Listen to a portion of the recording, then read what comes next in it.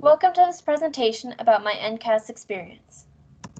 Hello everyone, my name is Kay-Lynn Bailey. This is my final semester at PPCC and earning my Associate of Science degree. I plan to major in astronomy at university and later go into the field of observational astronomy.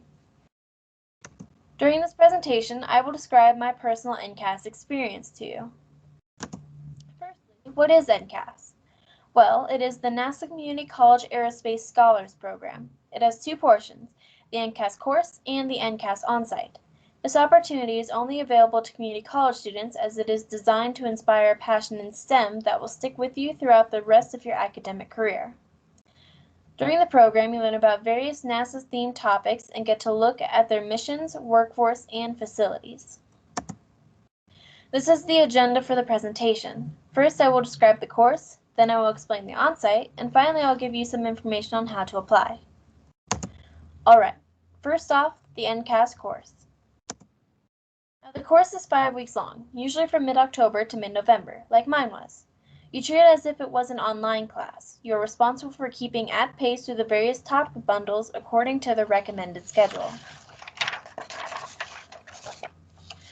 The topics during my course range from various NASA missions to engineering of flight and aerospace components, and finally an overview of the current knowledge about our solar system.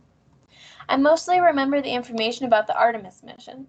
NASA plans to send astronauts back to the moon and establish a lunar orbiter named Gateway as a sort of transition base from the lunar atmosphere to the surface mining operations. This will take several years to complete, but it's the first step in continued human inhabitants and exploration of space.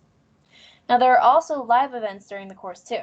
There are subject matter expert speakers, or SMEs, scheduled throughout the course. These are virtual presentations from NASA engineers located at several facilities where they tell you about their job and experiences. These aren't mandatory, but are a very cool portion of the course I recommend you do not miss. The final component of the course is your final presentation. You're expected to work on it throughout the 5 weeks and attend workshops for it with your coordinator. This makes sure your project is the best it can be, seeing as it will be graded by a panel of NASA employees. The final project from my class had a required 10 pages as well as mandatory cover and bibliography pages. I also included a table of contents to make it more orderly and professional. We were given several topics to choose from. The in situ resources option was more suited to students excelling at article analysis. This option had participants read 3 predisposed essays and do an in-depth analysis of what they read. The lunar rover option was more suited to engineers because this project had students design every component from the mission to the mechanical systems and look for a lunar rover. They also were required to make a CAD markup for their design. The final option was the project I chose to do. It was the Habitation System Concept Studies. This was more suited for researchers because it had students individually research developing technologies that could be used to assist human habitation. You had to find the company, the product, and make a plan for its next steps into being a usable product. One of my products was a lightweight, compact health monitoring system developed by the Kansas State University Engineering Department. The other product was the Bigelow Expandable Activity Module, or BEAM, developed by Bigelow Aerospace, which is an expandable habitat currently being tested aboard the ISS. So, an overview. My course had a total of 6 quizzes covering varied topics, which account for 60% of my total class grade. I recommend you get 100% on all the quizzes to be safe. The final project accounts for 40% of your total grade as well. If you earn above 70% overall in the course, you have a strong chance of being invited to the on-site. I happen to earn 100% in the course. Now, the on-site is by invitation only. It is understandable considering the commitment required for its completion. The on-site is usually a 3-day event located at a NASA facility, but COVID-19 required a compromise. My on-site was a 2-week virtual event, but that didn't make it any less exciting. Over the course of my on-site, I virtually visited 3 facilities using VR technology. My favorite was the Glenn Research Center, which is basically a gigantic hangar where they outfit airplanes with research devices. There were also mandatory presentations throughout the event, as listed on the slide.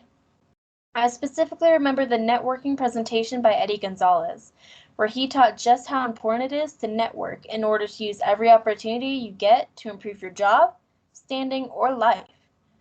I also remember that he met Jack Black, who is a major supporter of STEM. Another presentation I remember was the intern panel, where NCAS alumni shared their stories about NCAS and where they are now. The NCAS onsite also had SME speakers just like the course. The main part of the onsite is working with your team, which we call crews.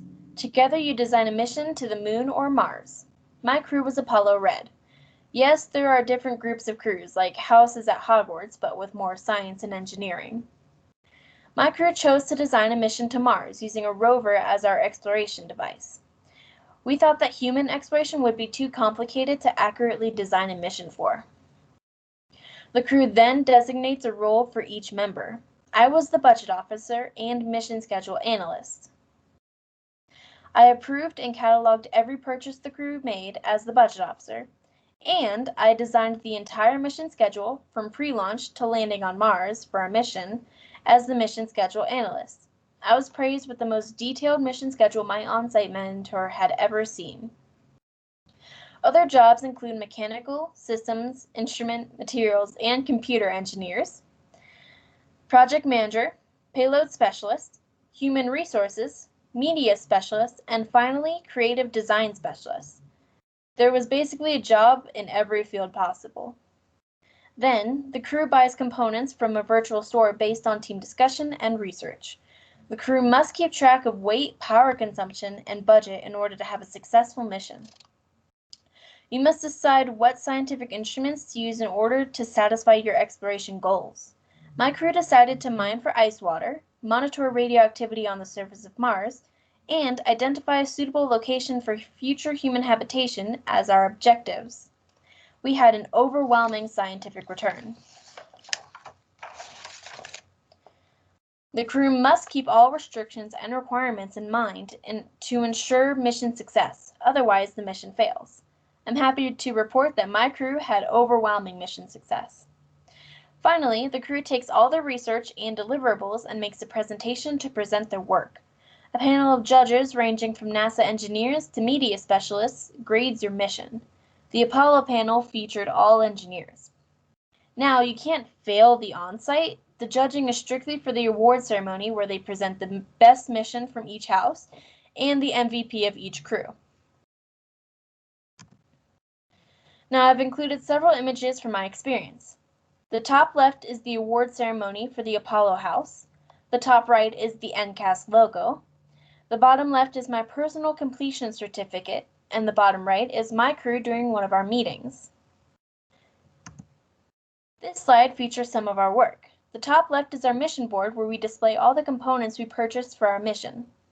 The bottom left is our mission design log where we documented every purchase made and included the name, category, price, weight, and power consumption of every component used. Finally, the right side shows the mission patch made by our creative design specialist. Our names are featured on the outer edge of the patch. The top shows our crew name and our mission name, which we decided was Atlas. The picture on the patch shows our rover, which we named Trailblazer. This slide just showcases my proudest work, which is the mission schedule. It's divided into 5 stages, and each stage has all my calculations and guesstimates about our launch location, travel time, speed, landing zone, etc., as well as the events that would take place during each stage. The final section of this presentation is about how to apply to NCAS. The right side of this slide lists every requirement posed to a prospective applicant. Make sure you satisfy each one of these or you're not eligible to participate in the program. The left side lists websites to use. If you're looking for general information about NCAS, I recommend the top link. It will take you to the NASA page that gives an overview of the program. The second link is the actual application website and provides the most recent information about NCAS. And finally, if you have specific questions you can't find the answers to on the websites, use this email at the bottom to get answers and talk to an NCAS official. This email is also on the application website for easy access to help applicants with any questions they have. Thank you for attending this presentation. If you have any questions about my personal NCAS experience, please contact me using the information below. I would also like to thank Professor Kristen Rowan for introducing me to NCAS and Professor Ivana Seligova for providing the recommendation letters and support I needed during the program. Thank you for your time.